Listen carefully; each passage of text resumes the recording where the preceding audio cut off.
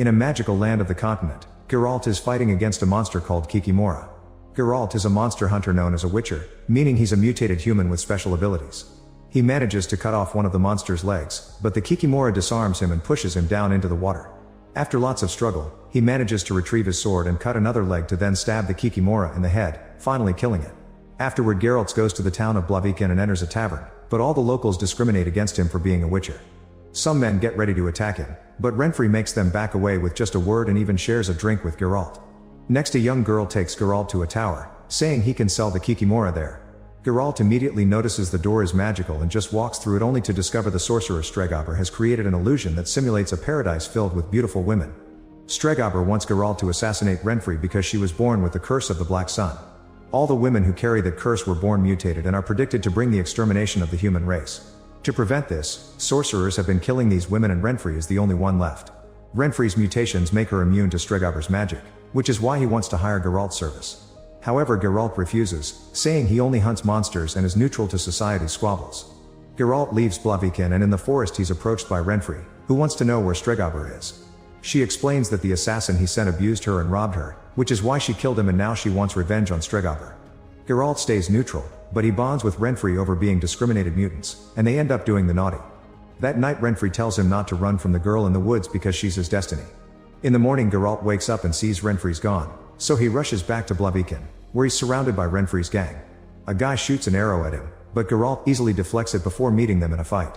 With incredible strength, fast and precise movements, and the use of magic signs, Geralt kills the gang members one by one, sometimes even using their own weapons. After decapitating the last guy, Geralt hears a girl asking for help and discovers Renfri is holding her hostage. Geralt tries to use a magic sign to make her obey him, but magic doesn't work on her. After pushing the girl away, Renfri attacks Geralt, who corners her against the wall because he doesn't want to hurt her. Renfri stabs him in the leg and forces him to fight, exchanging multiple hits of their swords but with only Renfri causing any damage. Eventually Geralt manages to corner her again, yet Renfri keeps on trying, so Geralt has no choice but to kill her. Then the locals and Stregobor show up. When Stregobor says he wants to do an autopsy on Renfri, Geralt threatens him with his sword, so Stregobor mentions he butchered a bunch of men to make people around them angry. Everyone starts calling Geralt butcher and throw stones at him, so Geralt has to leave town with his head down. Many years in the future in the kingdom of Sintra, Queen Calanthe is holding a feast when a knight suddenly informs her that the Empire of Nilfgaard is coming to invade. She immediately gets her army ready and rides with her husband Ice to the battlefield, where they meet the Nilfgaardian army and a vicious battle begins. Bodies start falling all over the place as soldiers kill each other with no mercy, and while at first the Sintrans put up a good fight, eventually Nilfgaard's numbers overpower them. Ice thinks they should retreat but Calanthe refuses to surrender Sintra. Suddenly Ice takes an arrow through the eye and dies, causing Calanthe to have a breakdown before trying to go after the archer. Later at the Sintran castle, advisor Mousesack and Princess Cirilla meet with a wounded Calanthe, who has finally retreated and is dying. Outside, the Nilfgaardians are invading the city, so Mousesack puts up a magical barrier around the castle to keep the soldiers at bay for now. The Nilfgaardians spend the whole day shooting flaming arrows at the barrier, tiring Mousesack until he can't hold his magic up any longer. The enemy breaches the gates and another furious battle begins while the Nilfgaardians kill soldiers and citizens alike with sadistic brutality. Calanthe tells Cirilla to escape because Nilfgaard came for her and she screams in protest, which makes the entire room shake. Unmoved, Calanthe tells Cirilla to find Geralt because he's her destiny. Meanwhile, the royal knights give everyone a bottle of poison to drink so they can die honorably instead of being butchered by Nilfgaard. As people die in every room, Calanthe goes to the window to end it all as well. In the castle's secret tunnels, Mousesack and a knight guide Cirilla out, only to see some Nilfgaardians coming. Mousesack tells Cirilla to take a horse and leave with the knight while he buys them time, but the duo barely gets to ride for a few minutes before they're chased by Care, the archer who killed Iced. He quickly kills the knight with an arrow and Cirilla falls off the horse, giving Care the chance to capture her. As they ride out of Sintra, Cirilla sees her kingdom burning down and gets so angry that she starts screaming. The horse gets scared and they both fall to the ground, so Cirilla keeps yelling to make Care's head hurt but also causing a huge monolith to collapse between them. This opens a huge rift in the ground that allows Cirilla to escape into the woods. Back to Geralt. Many years after Blaviken, he's taking a break at a small tavern while the bard Jaskier sings about monsters. When Geralt tries to leave, a farmer approaches him and pays him to kill the monster that has been stealing his grain. Jaskier starts following Geralt because he wants an adventure, and doesn't stop even when Geralt punches him to shut him up. When they make it to an open field, Geralt is suddenly hit by a little projectile from a creature hiding in among the plants. Then Jaskier is knocked down by another projectile before the creature comes out to hit Geralt with his horns. His name is Torque, and he's a Sylvan who is tired of humans trying to poison him. Geralt attacks Torque and punches him, only to be ambushed from behind and be knocked out too. Later Jaskier and Geralt wake up tied up inside a cave. A sick elf has fun hitting them while the king of elves Filavandrel explains that Torque has been stealing food and medicine for his people. Jaskier is confused because elves live in golden palaces, so Filavandrel has to tell him that's propaganda. The elves were kicked out of their lands by humans and now they live hiding. Geralt points out that by attacking humans the elves are only proving them right, so they should leave and rebuild instead of losing more elves in fights. Seeing Geralt as another victim of humans, Filavandrel decides to let him and Jaskier go, and Geralt thanks him by giving him the farmer's bounty. Many years in the past in a small town, a hunchback girl called Yennefer is attacked by two teens for being ugly, which causes Yennefer to unconsciously teleport. She appears inside a strange place and meets sorcerer Istred, who calms her down and explains she's in Aretuza, the college to learn magic. Thinking he wants to attack her too, Yennefer slaps him, but Istred just opens a portal for her so she can go home. Later at the farm, Yennefer is being abused by her stepfather when they're suddenly interrupted by Tisea, a teacher from Aretuza who offers to buy Yennefer for a few coins. Her mother protests, but her stepfather accepts the deal and Yennefer is taken against her will. In Aretuza, Yennefer is locked up in a room and has a breakdown during which she breaks a mirror.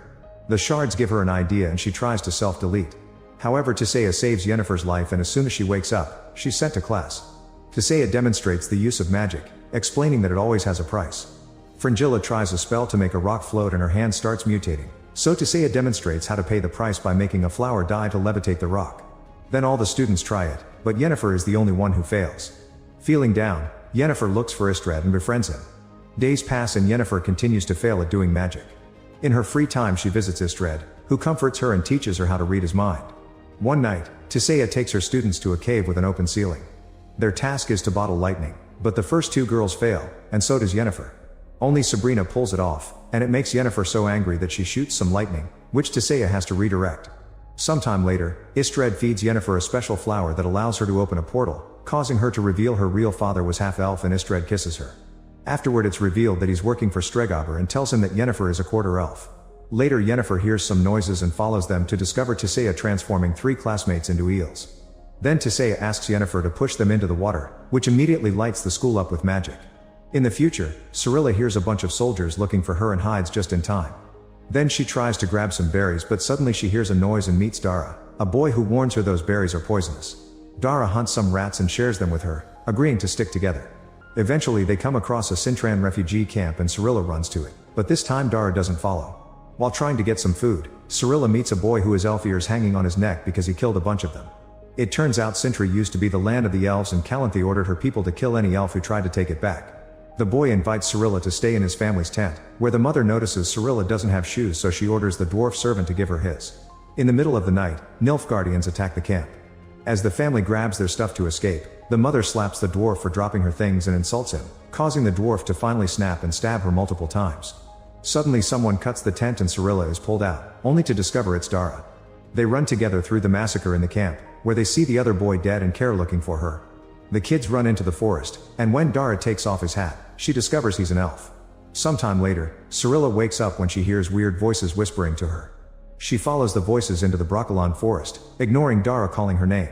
When he tries to follow her, he's stopped by arrows coming from the trees, and a bunch of corpses in the area reveal the locals don't like visitors. Back in present time in Temeria, a young dying boy is telling Witcher Remus about the monster that attacked him. The father pays him to kill the creature, so Remus follows a trail of blood and bodies into the butcher's shop. He carefully sneaks around with his sword out as he hears the monster run in the dark until the creature waits for him to turn and kills him from behind. Rumors of what happened soon reach Geralt's ears, who travels to Temeria to investigate. The local workers want to revolt against the king for doing nothing, so courtier Ostrit and the royal knights have to show up to stop them. Then Geralt tries to offer his services, but Ostrit makes his men kick Geralt out instead. On their way out, the guards suddenly fall asleep and fall off the horses. At that moment royal sorceress Triss reveals herself, saying she wants Geralt to save the creature. Later at the castle, she explains that the attacks have been coming from the crypt of Princess Ada, who rumors said was killed while pregnant. The monster may be Ada's cursed unborn child. She also allows Geralt to examine all the bodies of the creature's victims, including Remus. Geralt discovers the bodies are only missing the heart and liver, and the only monster who eats like that it's a Striga, a cursed female. This confirms the creature is the unborn princess. The next day, Triss introduces Geralt to King Foltest, and Geralt shares the truth about the monster. Annoyed, Foltest asks everyone to leave, but Geralt waits for the others to be out to suddenly lock the door and interrogate Foltest. He wonders why the king hasn't reacted to the news of his sister being murdered and asks who is the baby's father. Foltest refuses to answer and kicks Geralt out of his kingdom. Instead of leaving, Geralt sneaks into the crypt with Triss. After Geralt sniffs the bed, they find a bunch of letters inside a music box. The queen wrote to Ada asking her to stop getting naughty with Foltest, which confirms he's the baby's father. They take the letters to Ostrid and Geralt mentions he smelled Ostrid's scent on the prince's bed. Ostrid admits he used to be jealous of Ada because she chose her brother over him and he was the one that sent the curse. He had been trying to curse Foltest but it backfired, and Geralt punches him for it. In the evening, Geralt returns to the crypt and finds Foltest, who begs him to save his daughter. Inside, Geralt ties Ostrid to the bed and forces him to share what spell he used, making him realize he'll have to fight the Striga until dawn to break the curse. Geralt takes his special potions for a boost and then leaves the room, allowing the Striga to find Ostrid and kill him in seconds. Afterward the Striga searches for Geralt, who must fight her without killing her. He throws a chain to capture her, but the Striga easily breaks it and attacks him.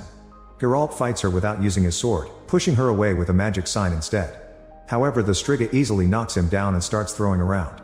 With another magic sign, Geralt destroys the floor, causing them to fall into an underground area. Then he places a magical barrier on the entrance before he's attacked by the Striga again.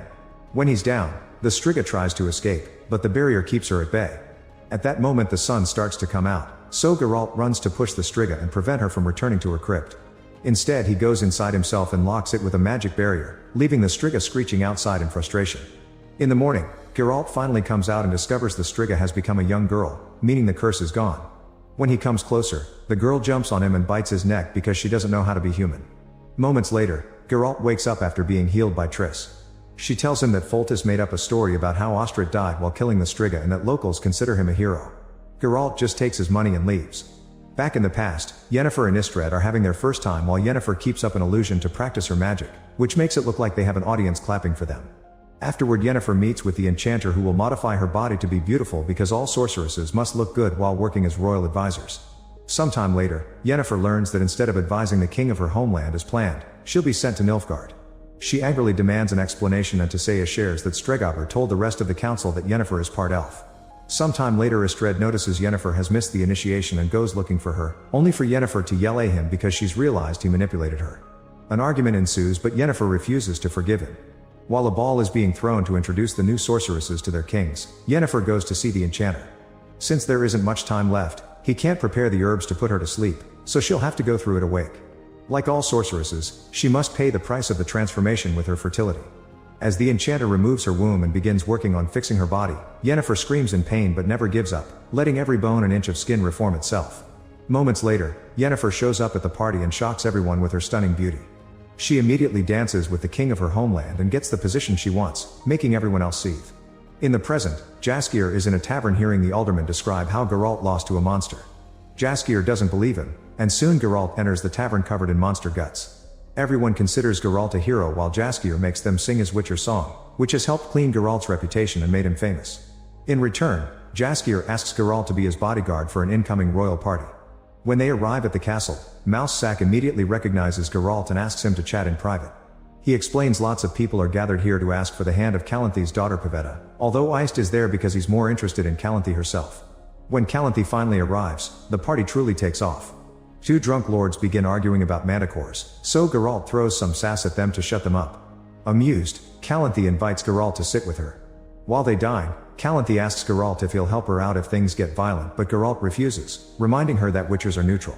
As the party progresses, they're suddenly interrupted by a man sneaking past the guards to ask for Pavetta's hand. Iced immediately takes his helmet off and everyone is shocked to see that this Lord Urchin looks like a humanoid hedgehog. Calanthe orders Geralt to kill him but Geralt refuses, saying this isn't a monster but a cursed knight. Then Calanthe orders the guards to get him, yet Urchin beats them up in seconds before announcing that Pavetta belongs to him under the law of surprise. A whole army of guards tries attacking him again and while at first Urchin can defend himself, more guards keep coming and he's overpowered. When he's about to get killed, Geralt cuts in to defend him, and the battle restarts with Urchin and Geralt fighting together. One by one the soldiers go down all over the dance area, and soon the other lords come forward to take over the attack. However, Ice takes Urchin's side, saying the law of surprise must be respected. Total chaos ensues and eventually Calanthe grabs a sword to save Iced before yelling for everyone to stop. Suddenly Pavetta runs to Urchin and hugs him, revealing they've been having a secret affair.